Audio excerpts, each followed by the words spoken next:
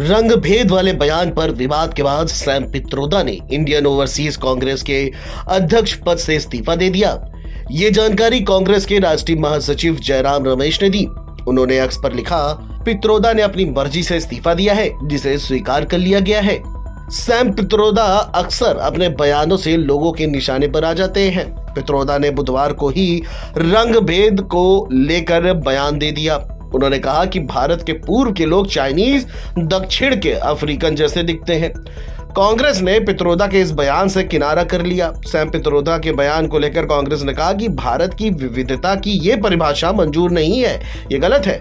लेकिन प्रधानमंत्री नरेंद्र मोदी और बीजेपी ने इसे एक बड़ा मुद्दा बना दिया और अब इस मुद्दे के सहारे राजनीतिक बिसात खोजी जा रही है। इसे लोकसभा चुनाव में बड़ा हथियार के रूप में भी भुनाया जा रहा है। बता दें कि अंग्रेजी अखबार द स्टेट्समैन को सैम पित्रोदा ने इंटरव्यू में भारत की विविधता को लेकर के बयान दिया। उन्होंने कहा कि हम 75 साल बहुत खुशहाल माहौल में रहे और इधर उधर के झगड़ों को छोड़कर एक साथ रहते थे। हम भारत जैसे विविधता वाले देश को एक साथ रख सकते हैं। यहाँ हम सभी भाई बहन हैं। हम सभी अलग अलग भाषाओं, धर्मों, रीति रिवाजों और खाने का सम्मान करते हैं और यही वह भारत है जिसमें मैं विश्वास करता हूँ, जहाँ हर किसी के लिए एक जगह है, यहाँ हर कोई एक दूसरे के लिए थोड़ा बहुत समझौता करता है।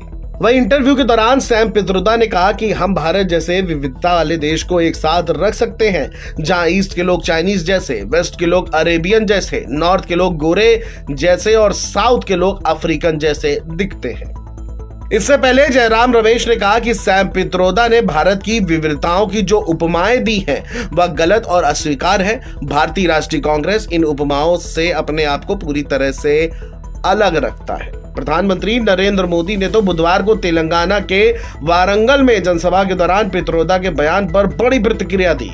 पीएम मोदी ने कहा कि आज मैं बहुत गुस्से में हूं। लोग मुझे गाली दे तो मैं गाली सह लेता हूं, लेकिन शहजादे के फिलोसोफर ने इतनी बड़ी गाली दी है कि मेरे मन में गुस्सा भरा है। क्या मेरे देश में चमड़ी का रंग देखकर लोगों की योग्यता तय होती है?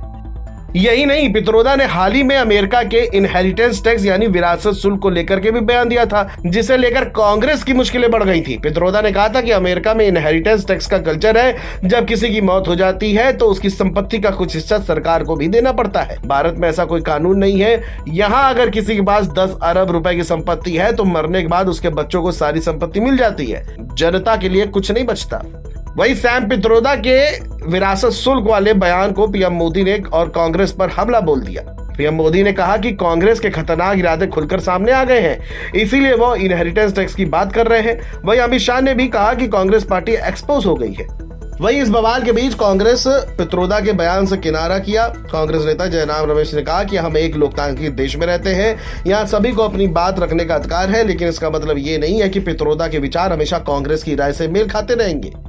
राहुल गांधी ने भी पित्रोदा के विरासत शुल्क वाले बयान से खुद को अलग कर लिया था, लेकिन नस्ल भेदी, रंग भेदी टिप्पणी वाले बयान से एक बार फिर कांग्रेस की मुश्किलें इस लोकसभा चुनाव में बढ़ गई है। बीजेपी और पीएम मोदी इसको जमकर भुनाने में लगे हैं। बहरहाल बयान देने के बाद जब बयान को लेकर के राजनीति तेज हुई तो वहीं सैम पित्रोदा ने इंडियन ओवरसीज कांग्रेस के अध्यक्ष पद से इस्तीफा दे दिया और कांग्रेस ने उनका इस्तीफा स्वीकार भी कर लिया। Video desk NBT online.